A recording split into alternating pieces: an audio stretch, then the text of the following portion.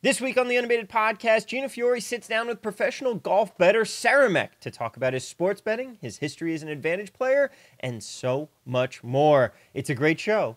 Let's get to it. If the guy goes unabated, that's the new word, unabated. That's too big a word. That's like mayonnaise. I'm assuming that's the biggest word I know. Hi, I'm Gina Fiore, and today I'm talking to professional sports bettor known on Twitter as Saramek and known in the material world as Will. Hi, Will. How's it going? Hey, Hey. hey, good. Yeah, happy to be here. Yeah, thanks for chatting with me. I appreciate it. Um, you're known in the sports betting community as primarily a golf bettor, I'd say, but I know you from the advantage play world, the blackjack world. We were pretty active during the same years, but I never saw you in the casino. And I've meant to ask you this before. Did you ever see me? Did you ever run into me on a game or anything? No, no, nothing. I mean, I'm glad to hear you didn't see me because then that shows that it's not just my ignorance when I'm in the casino and you're a lot more aware of what's going on than I am. But yeah, I definitely heard about you. I mean, I think you were in the game a lot longer than I was. I mean, before I got into it, I think you've been doing Yeah. it for a while and your reputation was definitely out there and I'd heard of Miss Brown quite a lot, right? Yeah. Um, But yeah, I don't know why we didn't run into each other. I don't know if we were playing very different games, like not just different locations, but different types of games at that time. Probably a bit, but yeah, I'm always surprised that I never saw you like on the whole You were card Vegas streets. based then as well, right? I was Vegas based. I lived in California a lot. I kind of went back and forth, but yeah, I would say Vegas based, but I was on the road all the time. And I think you were often, at On the road. least. Yeah, I mean, Yeah. we played in Vegas a lot to begin with. I say Yeah. we, like the guy that I lived with and worked with at that time. But as off base kind of got more and more recognized there, we started getting on the road a lot more. Hmm. Yeah. Are you still on the road now, Gina? Are you still playing much now? I am not on the road so much. Once in a while. Once in a while, I'll leave town for some opportunity somewhere. But no, I have a son, so it's a different life now. Yeah. Yeah. Sorry to Um, make this podcast about you, but do you miss it? Do you yeah. miss being on the road? Yes, I Yeah. miss it a lot. I really liked living that life. I liked escaping into my job. I liked going somewhere like I'm going to Biloxi this week and nothing else mattered. Like Mhm. that was it. I didn't have to pay bills or go grocery shopping or meet someone for something. Like that was it. You were there to find games. Like I Yeah, miss it's that. yeah, that's a good way of putting it. And it kind of feels like you're in a 48-hour computer game or something, right? Where you're not going to unplug Yeah, yeah, yeah. until you're flying back home. And Yep. you're really just not thinking about anything else. Emails, texts, anything comes in. It's just a No. second to the game that you're playing for that Yeah. weekend or week. I miss that. I miss that a lot. It's hard for me to this is actually a good conversation to have with you because it's hard for me if I have work to do, like I have to write something or we're betting something, it's really hard for me to get in that same mindset in my house, in my office. But if I'm on the road Mhm. working, like I'm there, I'm zoned in. Like, Mhm. do you feel that making office hours for you helps with sports betting? Yeah, I find for me, just generally in life, not just in sports betting, a routine definitely helps function a lot better if I kind of know what time I'm waking up and what time I'm going to bed and when I'm going to the gym and when I'm going to the office. And keeping those things consistent throughout the week, I find really helps me get the most out of my week. Um, yeah, and I also find having a separate space where I do my work. Yeah. So I work from a co-working space, which is just a 5 minute drive from where I live, and Mm. just having those different modes. Um, when I'm at home, I'm a lot more relaxed. When I'm at the office, I'm a lot more focused. Being able to separate those by location, I find really helps. Yeah, that makes a lot of sense. I started just very recently because I saw this tip online. I started putting on shoes when I'm at home Oh, working so I can feel like I'm somewhere else. I, that's interesting. sometimes I'll put like a shirt on, like getting dressed helps me, but putting on shoes, it feels like I'm somewhere else. I just started this like a month and a half ago, but I feel like I've been more productive. So Interesting. Where I work, I have to take my shoes off when I arrive, so I don't get that really, benefit. But I've definitely heard about scientists wearing lab coats suddenly are more productive than scientists not wearing lab coats, right? Just for entirely the lab coat has nothing functional about it. I don't think it's just the yeah. fact that you feel more in work mode, you feel more scientific, and that perhaps engages a part of you that's not engaged if you're just wearing casual clothes. I can see that. I have a problem where I'll just go sleep. I'll take a nap. Like I'll get up early in the morning and work. But when I put my shoes on, I'm less likely to do that. And also it's a mindset. Like if I had a job, if I had to go to a 9 to 5 job in an office, I can't just go sleep. I can't just go take a nap. So No, it's yeah, okay. it's hard. I like being on the road, but no, I'm at home often. No. But you So get you, to do podcasts, right? I get to do podcasts, yeah, for Mhm. Unabated. There you It's a go. whole new world for me. But you're in Bali and you have a working space. Do you have anyone else there you work with, or is everything remote?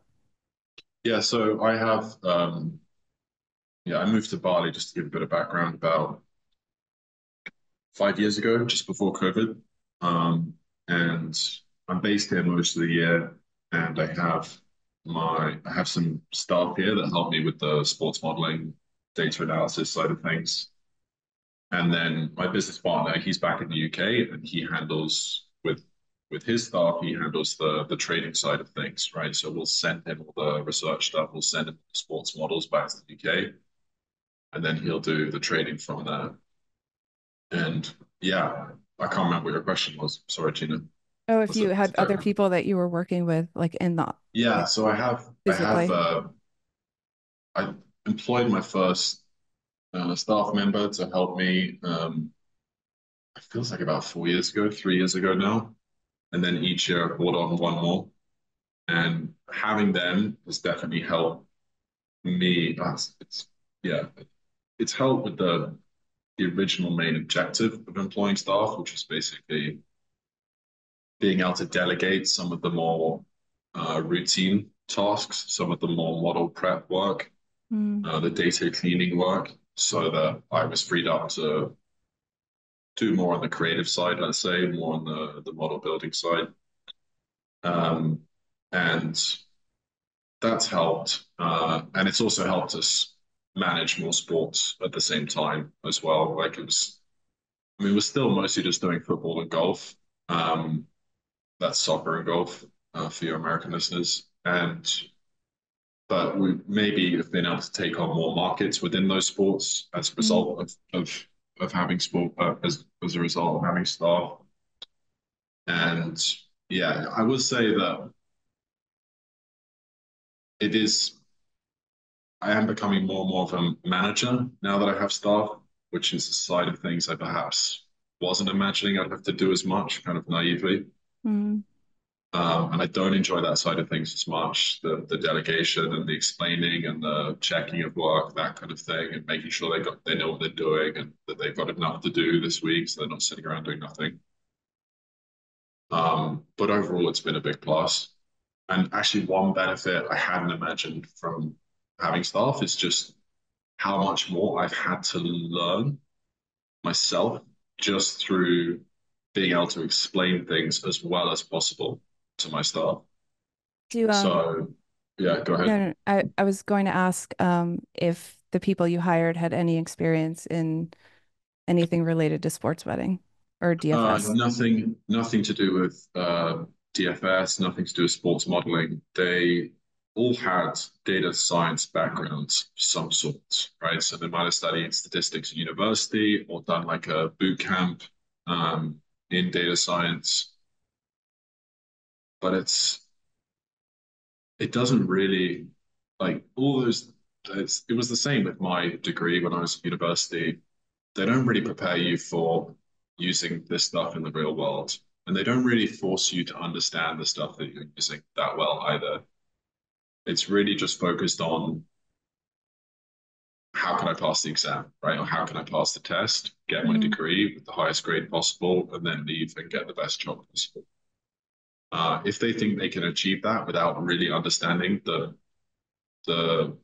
the subject that working on a university, then Mm, yeah, they won't. The incentives aren't there to kind of force them to learn that stuff. Like when I say learn, I mean like really understand why things work the way they work and why in statistics we have different distributions and different parameters within those distributions and how they all kind of come together. Um, and I didn't understand that stuff either, right? mm. Until I had the incentive to really understand it so that I became a better sportsman. Yeah, And no, yeah, go ahead. No, no, no, go ahead. I yeah. cut you off. Well, I didn't have the I didn't study statistics at college. I did economics, which was a little bit related, but really not. What I learned there hasn't really carried over to what I do now. But I kind of thought maybe if you did do statistics at university, then you would have like more deeply understood this stuff by the time that you left. And perhaps, I've learned that actually, that's not the case. People coming out of college, they still haven't had the need to really understand this stuff, is the best way I can think to put it. And until your livelihood depends on it, right? Yeah.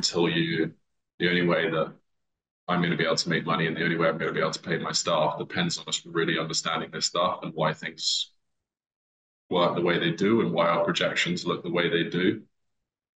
You're probably not going to understand it. And I still don't fully understand everything that's going on, right? I'll still stare at a number that's coming out of our model, scratch my head a little bit, and just not be able to put the pieces together, not be able to kind of reverse engineer it back to the components of the model and say, okay, it's this, it's this golfer's projected 68.7 strokes because of X, Y, and Z. Sometimes it still does feel a little bit black boxy for me. But I think I'm definitely a lot better at that than I was 3 years ago or 5 years ago.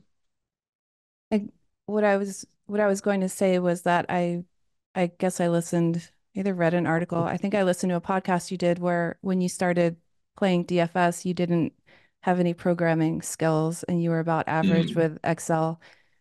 At that point, did you ever think that you should team up with someone who had those skills, or did you know or believe that if you wanted to be the best, like you had to figure it out for yourself? Yeah, I think what kind of, right? Like, kind of the thought came into my head where I'm like, surely if we just hired someone to explain this stuff to us, suddenly we're going to increase our ROI or whatever. Um, but I think, firstly, we were already profitable just with an Excel model, Mm, right? So we were already making money at DFS just with some relatively simple techniques in Excel and getting hold of relatively simple data. So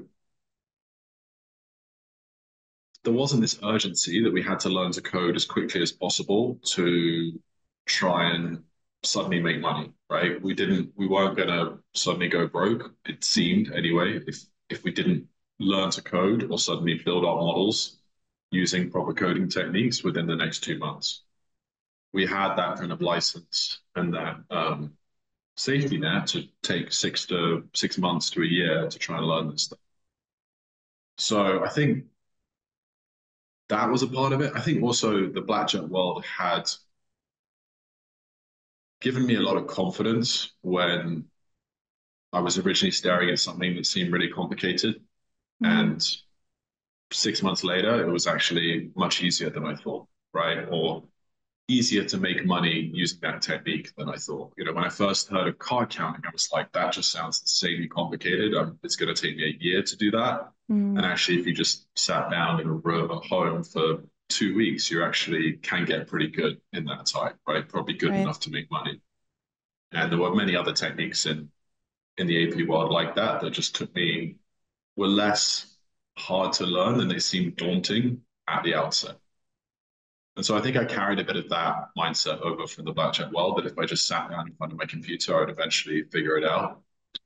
And yeah, that's kind of what pushed me, and that's kind of what ended up happening. How did you learn to program? Like very specifically, how did you learn? Because when I think about Yeah, learning, it's very overwhelming. I get overwhelmed. Like yeah. literally, what did I you do? it was like 7 or 8 years ago now, so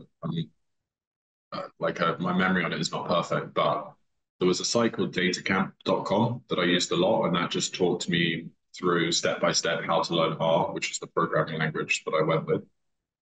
Stack Overflow was pretty good at that time. Initially, just reading it because a lot of the questions that I had were more basic. And then when I had slightly more complicated questions, I would just ask them on there and people would usually reply. And then just trial and error, I guess, as well. Hmm. I mean, what I use now, which would have been amazing if it was available to me at the time, is ChatGPT, right? Like, Okay. it is incredible for answering coding questions. And I'm still learning a lot about art, right? I'm still learning how to do a lot of stuff, especially making things faster, because a lot of my code I think is too slow. And any question I have coding ChatGPT, it doesn't get it right like 100% of the time, but it nearly always points you in the right direction or like Hmm. gives you the right idea of how to solve that problem. And if that had been available to me 7 or 8 years ago, I think the learning curve would have been a lot quicker.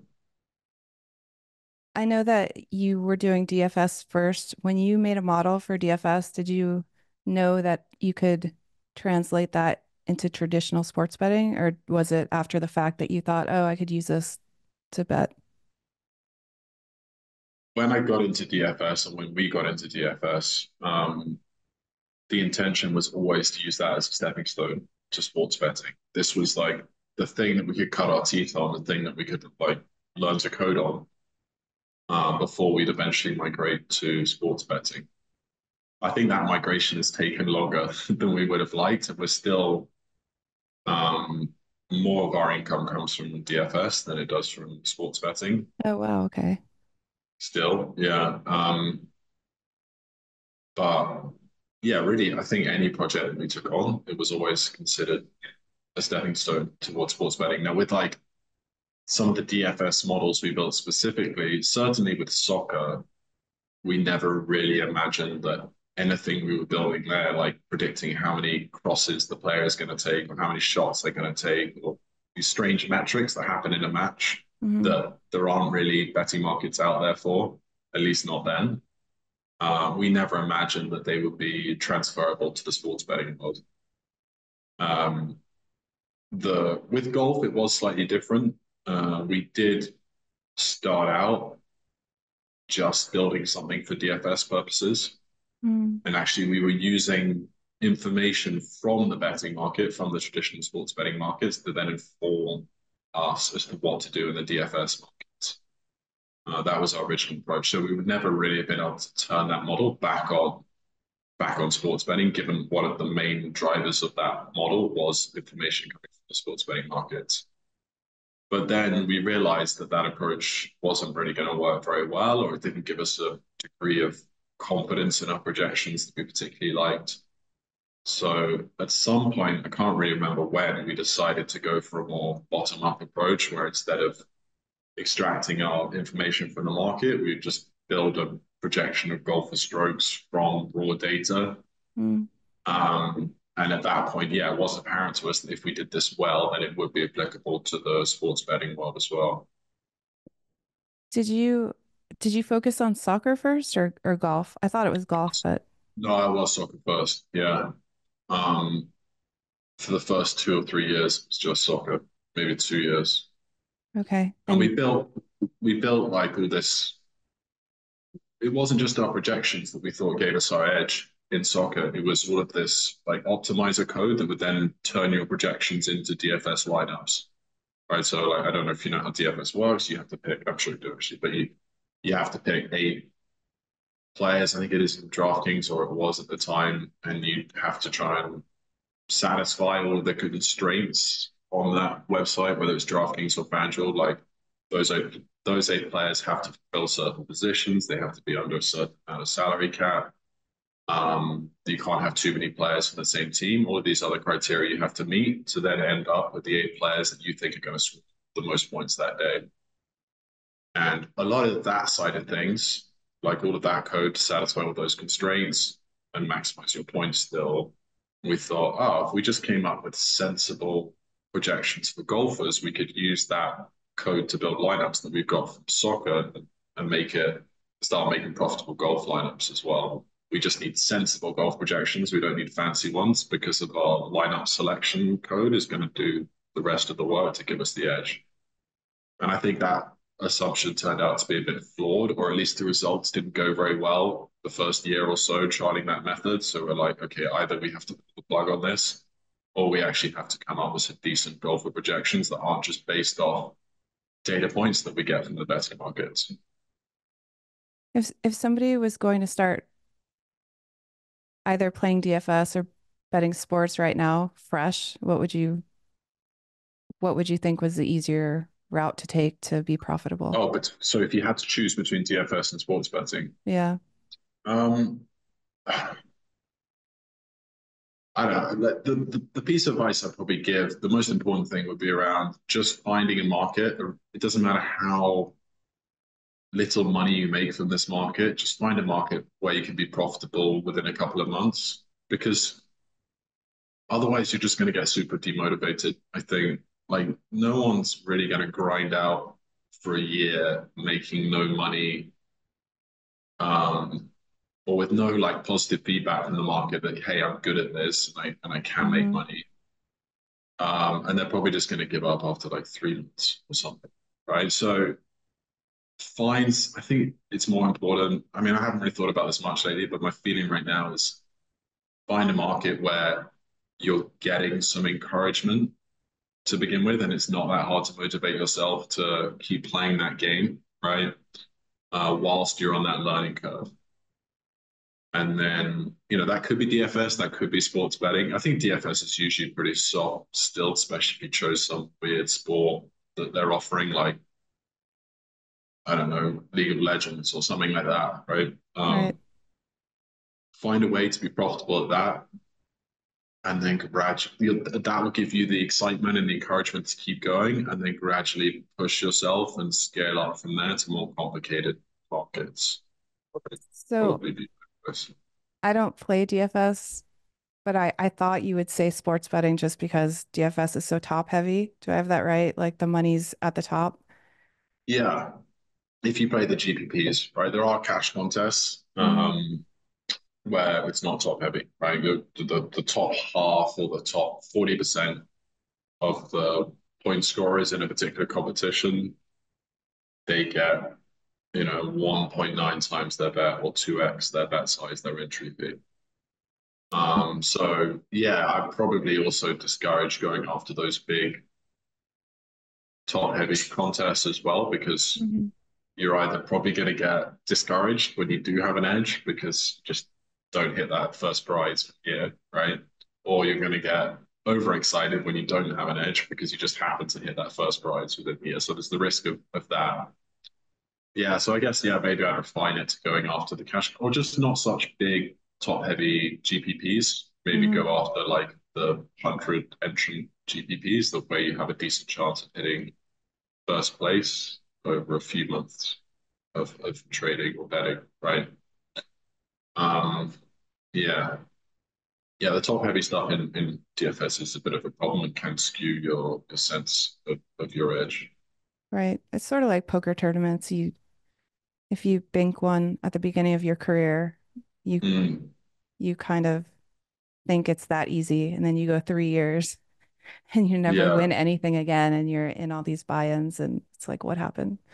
A lot I of variance. remember Munchkin, one of the OGs of the AP world, he said that most APs start off with thinking something early in their career. They hit positive variance the Yeah. first time they try card counting or the first time they try, I don't know, hole carding or some other AP endeavor. Mhm. Um, and then that's the motivation to kind of keep them going. And hopefully, they probably don't have an edge. They probably didn't have an edge when they first think something, right? But hopefully, they are encouraged enough to stay with it to develop an edge before the results start going against them, right? And at that point, they're kind of in. That's funny that Richard Munchkin said that because I know his origin story is that he lost for like some large amount of Exactly. hours card counting and he just like quit and then somebody brought him back in the game. When I started card counting, I remember I went to this was one of my first sessions. I went to a casino, Saboba Casino in Southern California, and I knew how to count. I was very secure in my abilities, and I just lost a ton of money. And by the end of the shoe, the count was like super high. And I went on bj21.com and I was like complaining, like, what happened? You know, I had everything right. And I lost a few $1,000s, which was a lot to me at the time. I mean, it's a lot at any time, but I guess all the high cards were behind the cut card. And it's something I didn't even know to think of. But yeah, I had that. I had Richard Munchkin's kind of experience where I lost when I first started, but that motivated me. Like I'm gonna go get my money back kind of thing. Yeah, I think it kind of depends on the individual as well. Like the some people it can have the kind of opposite effect on their psychology. It makes them even hungrier, more motivated to go out there and get their money back, like you said. Um, it was the same for me actually. I lost my blackjack career started with like 6 months of losing. Felt like I wasn't playing full time, Mm, but I clocked up something like 200 hours. I was still down, and I had an edge. I think I was just getting unlucky. And I, similar to Munchkin, I kind of, I was being bankrolled by a team in London at the time, and they basically pushed me away. And they didn't ask me to come back. I was just so keen, and I really loved what card counting was, what it mm. put out of me, that I just kept kind of knocking on their door, basically. And they gave me another chance. And then, yeah, the next 6 months was crazy. It just the kind of the opposite thing happened in terms of variance. Yeah, I think the other thing that happens to people who don't have an edge, who aren't even trying to have an edge, is they win big sports betting and they think they figured something out that nobody else did when they didn't do any work. They just got lucky. That can be very dangerous. Yeah, that happens. You mentioned before we started recording that you were betting college basketball totals this year. Uh, Yeah, so we're always interested in new markets and new sports, right? So, and it's always kind of exciting. It's the shiny new object. You're like, oh, suddenly we're gonna just spend a little bit of time on this. It's not going to take too long, and we'll have an edge, and we know how we're gonna be able to get down and place bets. So hey, why not? And I kind of poured my heart and soul into it, just putting everything that I thought I was good at and knew about how to model sports. Even though I didn't really understand the game of basketball, I haven't really watched it growing up or even now. But I thought, hey, I'm a pretty good sports modeler now. Here are all the cool things that I know, and I'm just going to pour them all into this awesome college basketball totals model. And everything kind of worked. Like all the coefficients made sense, all of the projections looked good, the back tests were good, and we were gearing up for the start of this college basketball season that's just finished, right? It's just finished. And we also felt like we had an edge just based on the change of rules that came about in college basketball this year.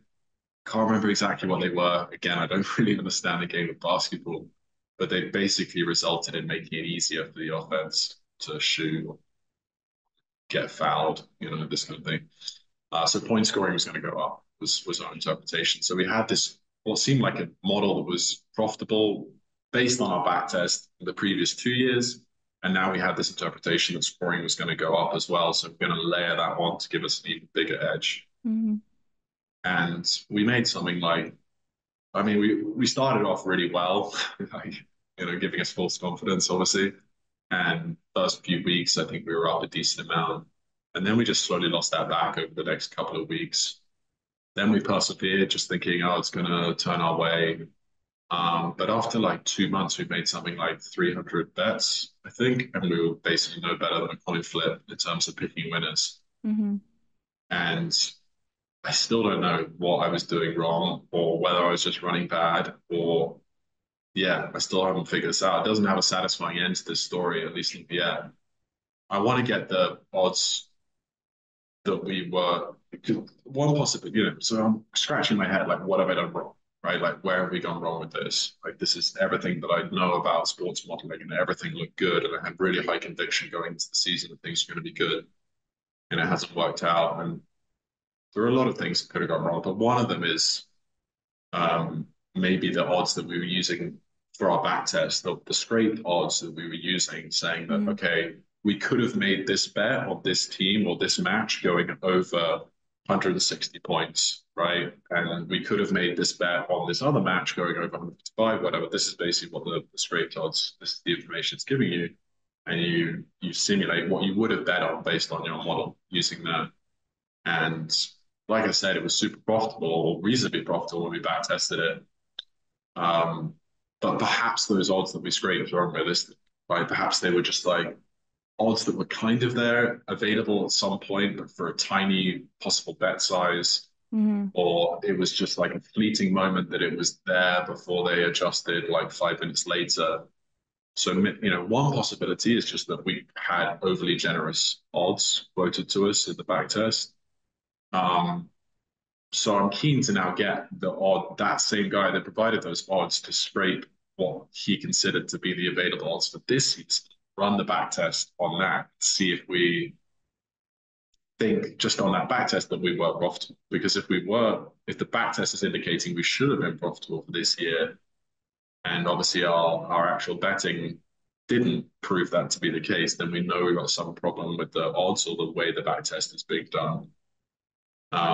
But yeah, I'm still just scratching my head on that. But it's just an example of like you think get overconfident, you think you're good, and suddenly you're just very humbled by the market again. It's also possible we would have been profitable 2 years ago, just the market's got so much more efficient now.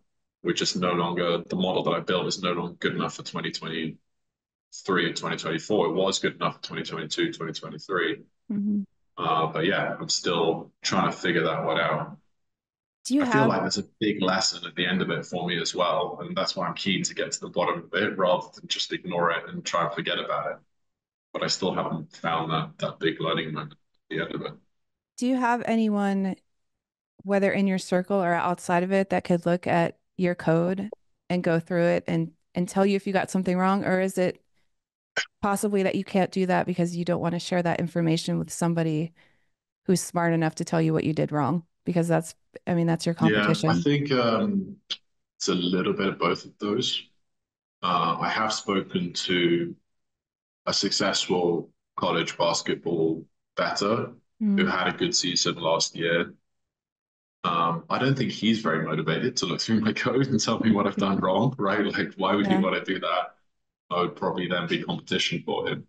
Hmm. Uh, if I knew someone that didn't mind looking through my code and knew, like, also, I think the other guy that I was speaking to, he doesn't write in the same coding language that I do, right? I think he's Python. And I know I'm R, so I don't think he would be able to really understand too much just by looking at the code. I Hmm. more just have to kind of talk him through it. But if I did know someone that didn't mind doing that, that would be very interesting for me. There just aren't that many people out there like that, especially ones that are incentivized to really help me out in that situation. So you So kind of just have to scratch your head and figure it out for yourself.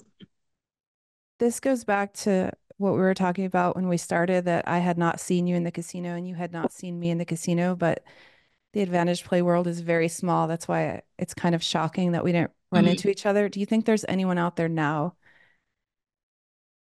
that's modeling, whether it be college basketball or golf, a main sport that's that's highly skilled that you don't know about?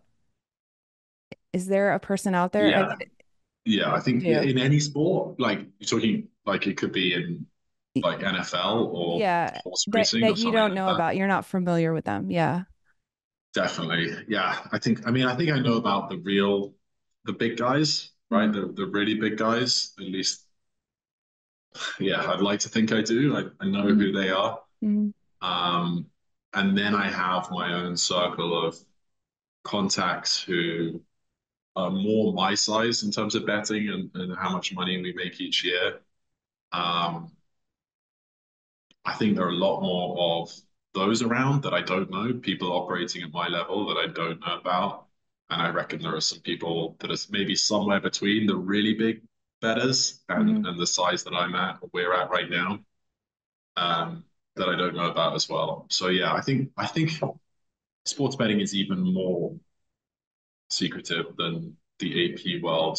I agree with that. I totally agree with Yeah. that. Yeah.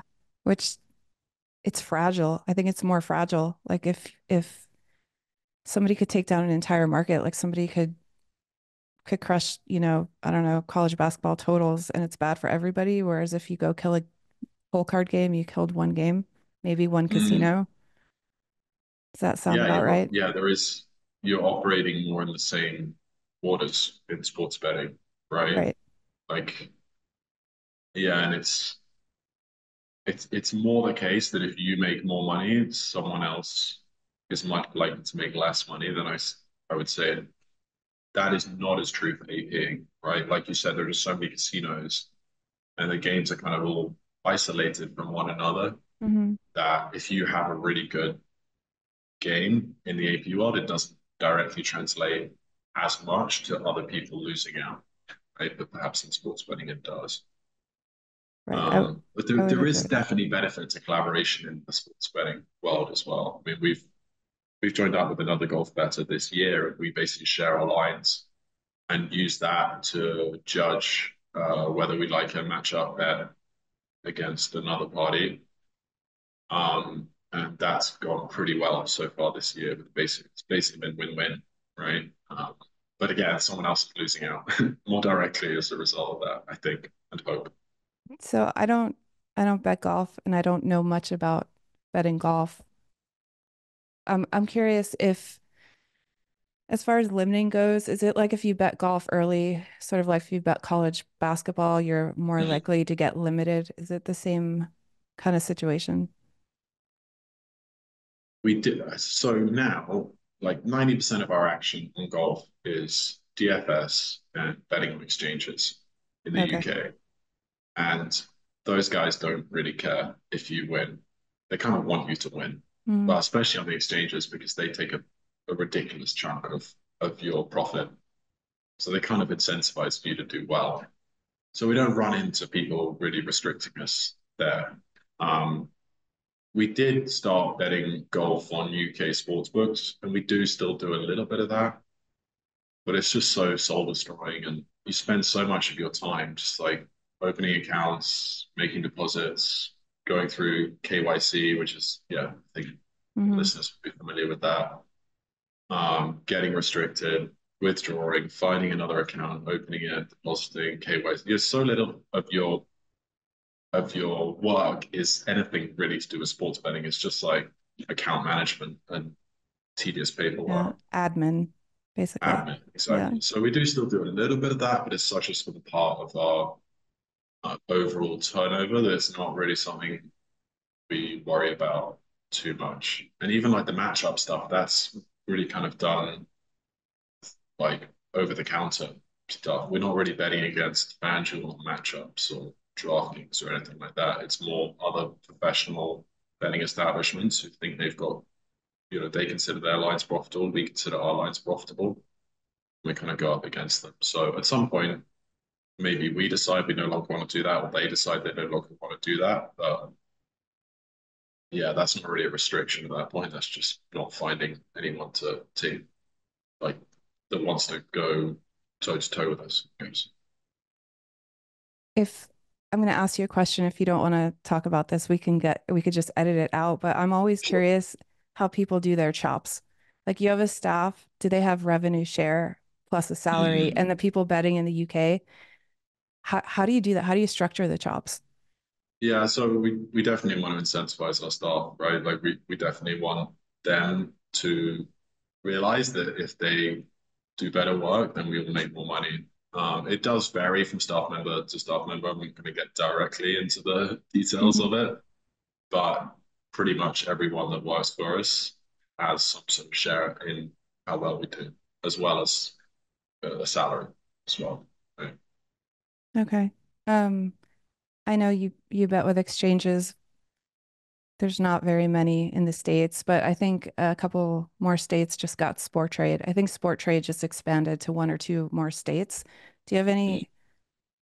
I asked Matt Davidow if he had a basic strategy for sports betting traditionally. Do you have a basic strategy for betting on exchanges? Do you have any advice that Yeah, might? ask Matt David Dow would be my basic strategy. I mean, I think yeah, just finding the best odds, which I think is a lot about what Matt David Dow and Ed Miller preach, right? Yeah. Um, you can't go wrong with that at all.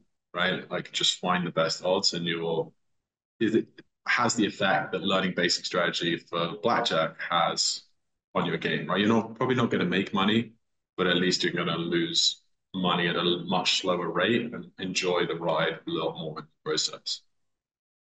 So that would probably be basic strategy number one.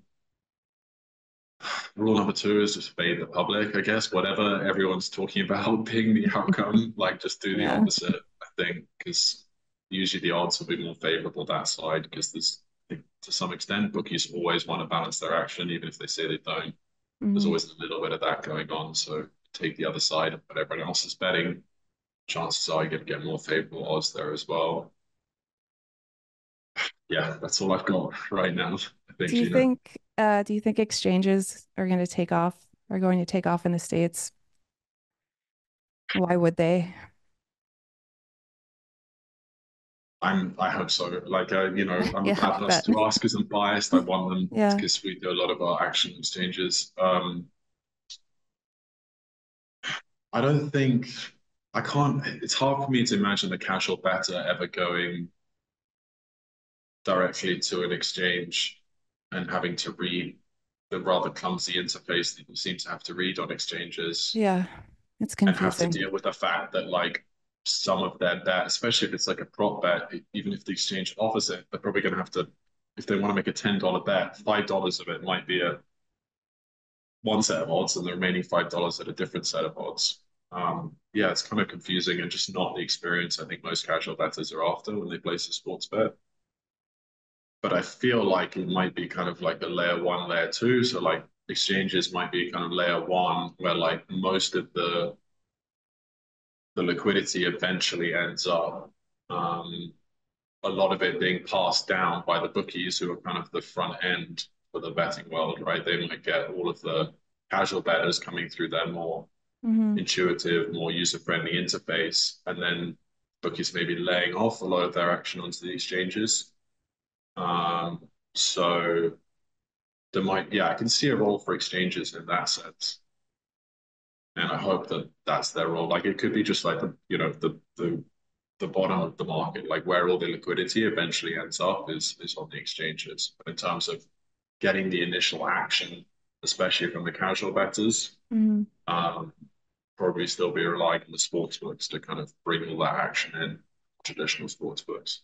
I feel like And if it then was, oh, professional sorry. bettors. Yeah, and then the professional bettors just operating on the exchanges pretty much completely and ignoring the sports book side of things. If they could market it as peer-to-peer competition and make it exciting like that, sort of like heads up poker, but that's not something they can do. As far as I understand, there's limits on how they can advertise, and I think that hurts them overall. Interesting. I don't think there's much limits on how they advertise in the UK. And some I feel like they would be allowed to say peer-to-peer betting if they wanted Hmm. to. So they would have tested that idea out. I can't imagine that making a huge difference. I mean, people just they want they don't want to have to think too hard when they place their bet. I think they just want to bet on their team or their player, and then they want it to be easy and fast, so that they can just relax and watch the game. They don't want to feel like they're sitting at a trading desk trying to build a position or something. They just want to bet $10, be I done with think it. I think. that's a plus EV Analytics on Twitter, who everyone, Yeah, a lot of people know. He doesn't think exchanges will take off because it's like trading, like it's like stock trading. Like people just want to make a bet. They don't want to. I hope I'm getting his opinion correct, but it's just not as interesting. Like nobody wants to watch the screen, basically. They want to make a bet and then go watch the game. yeah, yeah. I Which, think I'd agree with that. I yeah. mean, I guess the holy grail is if some sportsbook can just directly tap into the exchange and still make it super intuitive and easy for the casual better to just look at what odds they're going to get. And maybe the sportsbook end up assuming a little bit of risk themselves in the interest of making it super simple Hmm. and intuitive for the casual better. Like they say that $10 available at this odds, even though they know on the exchange is only five or something. So they assume that $5 themselves. Um, yeah, if someone can make that work, then I can imagine it more. But yeah, like Plus EV Analytics says, if people are gonna have to think too hard just to get down, just to place their $10, Hmm.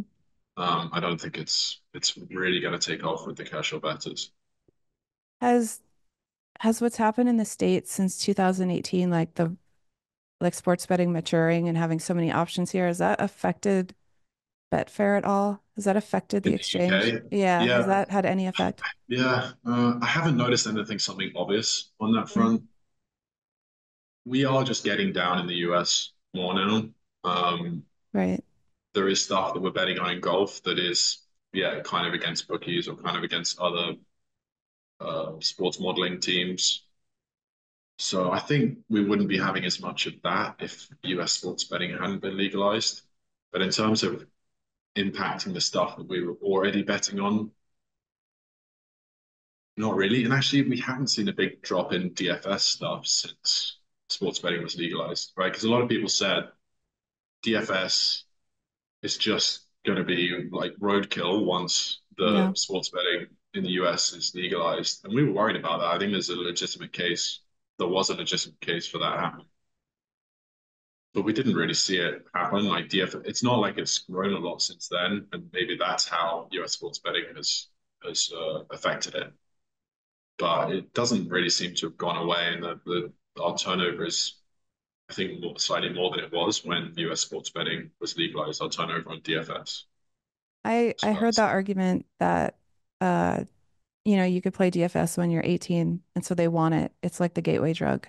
Like they want nobody wants mm. to like the sports books don't want to try to shut down DFS. Nobody wants to mess with it. It's like the gateway drug, get them into that when they're 21, they could bet traditionally, which I think that makes the most sense.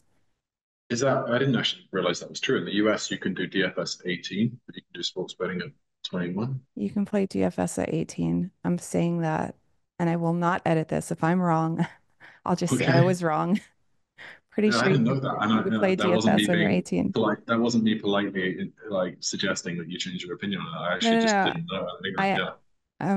I'm pretty sure. Yeah. You have me second guessing, but yeah, I'm pretty Okay. sure. But if you can, that makes sense. It's the gateway drug. Get them doing this and then get them sports betting when they're 21. Yeah, I think something supporting that case is perhaps in the UK, DFS didn't take off at all, right? So where you have all of the other traditional sports betting markets already available, Hmm. people don't feel motivated to learn DFS or switch to a new betting product.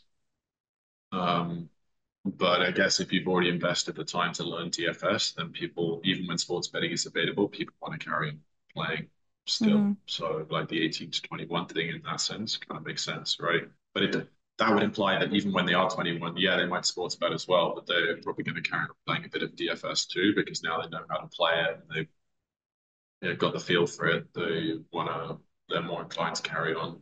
Right. Um, do you think sports betting? Well, I mean, you're mostly betting on exchanges. That's not true. You just said you're betting in the States too. Do you think it's gotten harder to find an edge in the last 4 years?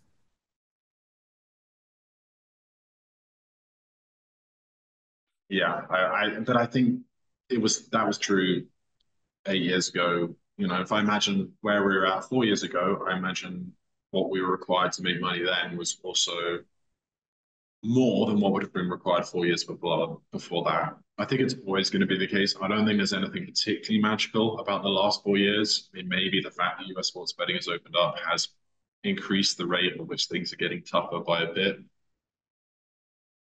but nothing's really, thinking back over the last 4 years, nothing's really jumped out to me to suggest that it has suddenly got a lot tougher. It is getting tougher. You know, we are always improving.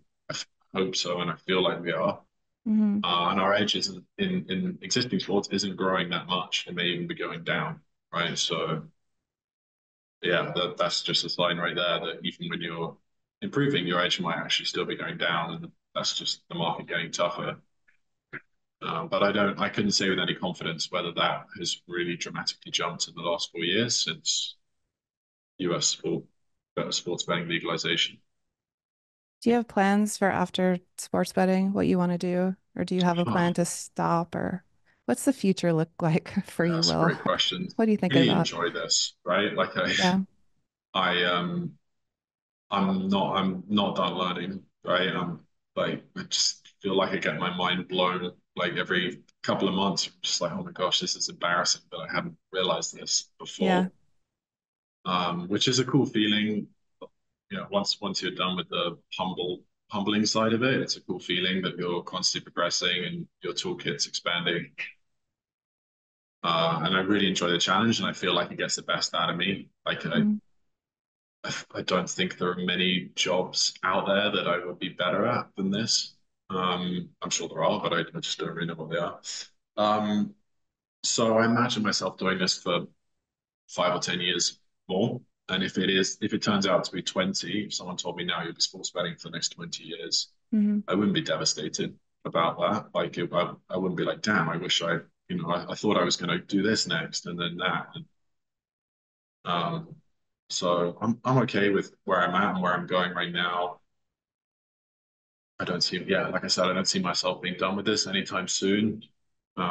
I don't have some other big thing. Like when I was APing, when I was playing blackjack, I always knew I wanted to go in sports betting eventually, right? Hmm. I would look at some of the blackjack OGs, the blackjack gods like Bill Benter and Hmm. Jelko and Alan Woods, and they all started off playing blackjack and then went into sports betting. And I felt like I wanted to do that as well. But now that I'm in sports betting, it's not like I'm looking to some next thing that I eventually want to get into, at least not yet. So I think really ultimately I just want to own a big farm and maybe a house on the beach and just relax a bit when I'm older. I some part of me likes the idea of doing what someone like Tony Bloom or Matthew Benham did in the UK, where they bought a soccer team Hmm. in the lower divisions, kind of what Ryan Reynolds is doing now, I think, and Oh, then right. gradually Right. get it up through the leagues. I think the same thing is going on with Crawley Town, Rufus's team at the moment, and Preston's team. Hmm. So part of me likes that idea, but I worry that's a little bit mimetic of me. I just like that idea because other people have done it, and that seems like what people do once they, They reach go the on. upper Yeah. echelons of sports betting. But yeah, I would have to dig deep to before I do that to really understand if this is something I wanted to bring into my life, like owning a sports team, if I ever have that possibility. Because yeah, I worry it would just bring on more stress and actually not make me as happy as just like having a big farm and a house on the beach will. So if you wouldn't be devastated in 20 years if you were still betting sports, what would Will from 20 years ago think about your life now? He wouldn't have 20 imagined, years ago, yeah, he so wouldn't have like imagined what 18. you're doing now, living in Yeah, Bali. no, Yeah. no, nothing. No, yeah, I think I was always just going to go into the city, which is what we call as our term for Wall Street in the UK, Hmm. and make lots of money on the trading desk or being an investment banker. I, yeah, professional gambling didn't come across my radar until I watched the film 21, which Hmm. was when I was like 23, 22, something like that. And yeah, 20 years ago, Will would have no idea, would never have expected me to end Really? up doing what I do now. Yeah. That's awesome, right? That's amazing. Yeah, I think so. I mean, there's also something nice about the story of the 8-year-old kid that said, I'm going to be an astronaut. And then 20 years later, he's an Yeah. astronaut, Yeah. right? You're right. But yeah, the flip side of that story can be cool too. And yeah, it would be cool in 20 years' time if I'm doing something that I love, really enjoy, and I never imagined that I'd be doing at 38, Yeah. where I am now. I feel the Did same you want to way. be a professional gambler? At what point I'm guessing at 8 years old, you didn't want to be. So at what point did that switch flip for you and you decided that actually this is my calling? It was, I didn't, I was dealing blackjack and I didn't know, I hated it. And I always knew I wanted to be successful and have a lot of money. That's all I really knew. And I thought I had a lot of self-confidence, but I didn't have a thing. And then when I found out about card counting and advantage play, like that was it. It's like, oh, I can do this. And then I chose that thing to be good at. But I don't know what But else I why? could Like have. you had the confidence you wanted to make money. There's lots of things you could have done. What was it about blackjack that clicked with you I and think, made I you think, think that was the special thing? I think it was because I was just comfortable being in a casino. Like I had been in casinos since I was 8 years old because my mom was a dealer. And then I'd go to the arcade at the casino and like we'd go to the buffet at the casino. And then I was dealing in the casino. And then somebody said you can make a living in the casino, but not, working for the casino. And I was just, and when I heard about card counting from somebody, another dealer, I remember that my mother told me when I was 16 that she thought I'd be good at it because she was a dealer at the horseshoes. She saw people getting kicked out. She was like, this has something to do with numbers and you're pretty good at math. So I think you'd be good at this. And I wasn't that good at math, but I just remembered that. And I thought, this sounds interesting. And then once I read a couple books, that was it. And then I went on BJ That was it. So 21. you didn't even need to you just read a couple of books, didn't even need to go and try it out. You just read Be the Dealer, whatever it was. You're like, okay, this is it. No, why did I go on BJ 21? I bought Blackjack for Blood and I was on BJ 21 and that was it. Like BJ 21 felt like a secret society and I just wanted to be a part of it so bad. Were you on BJ 21 back in the day? I think most of my posting was on the site doesn't exist anymore, Okay. blackjackinfo.com. Yeah. Yeah. But I did go on BJ21 as well. Yeah. It felt like a secret world and I just wanted to be a part of it. And Yeah. but I didn't have any math background. I remember learning advanced Omega 2 instead of high low because I wanted more of an edge card counting, but I didn't even know what an edge was. I didn't even know what EV was. So I don't know. And I wonder if my family didn't live in Vegas or Lake Tahoe, like if we moved to Kansas, like what would I possibly be doing right Sure. now? I have no idea. None. But your mom was excited about the idea of you being a car counter. That She like she was just quite supportive of that. it's kind of dysfunctional because she'd see people get kicked out doing it. And she said, But she wanted that for her daughter. yeah, Yeah. She'll she's teach her a like, lesson. I think I think you'd be good at this. I used to be 15 years old downtown with my mom playing slot machines with like my sunglasses on. Like it was not a very healthy influence, I guess. But yeah, It worked out. it worked out. I think I'm okay. I'm pretty happy. It worked out fine. It's good. Do you plan to stay in Bali? Is that your immediate future plans? Yeah, I'm very happy here. I don't see that changing in the next 5 years at least. That's nice. Do I you? loved living in Vegas when I was there, and some part of me wants to move back to America at some point in my life. I don't know if it would be Vegas, but it would be somewhere in the US. And yeah, but for now, very happy being here. You put tweets out on pretty regularly on Twitter where the sharps are. Can you explain what those are? Yeah, it's just something I built for my own interest, right? Like I just compare. So in DFS, you can have high stakes contests and you can have low stakes contests. And typically, the low stakes contest, everybody enters. There's tens of thousands of entrants. I think sometimes even, excuse me, 100,000 entrants. Um, and but in the high stakes stuff, there's usually just a selection of the more sharp players, maybe 500 of us entering our lineups. And it's just interesting for me to look at which golfers are disproportionately selected more in the high stakes contests than in the lower stakes contests. And if some golfer is liked a lot more, like Roy McIlroy is liked a lot more by the high stakes players than the low stakes players, that to me suggests that Roy McIlroy is probably on like one of the sharper picks for that week, right? Because the more experienced players are the ones picking. Hmm. And I just build a graph of this where like the players that are disproportionately picked by the sharper players appear above the line, and the ones that are picked less by the sharper players are below the line. And it's just interesting for me to look at and get validation of some of the players that we've picked that week. And then I'm just like, well, I might as well put this on Twitter because other people find this interesting too. I'm not really a big social media guy. I don't want to spend a lot of time on there. But I am interested in just sharing stuff that takes me no extra time and other people find interesting, and who knows what kind of connections could come of it. So I put it there. All right. We'll put a link to your Twitter in the show notes. Oh, great. Yeah. Okay. Okay. All right. Thanks for That's talking good. to me. I appreciate it. No, it's fun. Cheers, Gina. And that's going to do it for the pod here today. Thank you all so much for listening. And of course, Be sure to like, subscribe, and share. You know the drill. Leave that 5-star rating and review. If you like us, tell your friends about the show. If you don't like us, tell your enemies. Trick them into listening instead. Thank you so much to both Gina and Saramek for sitting down for this fantastic interview today.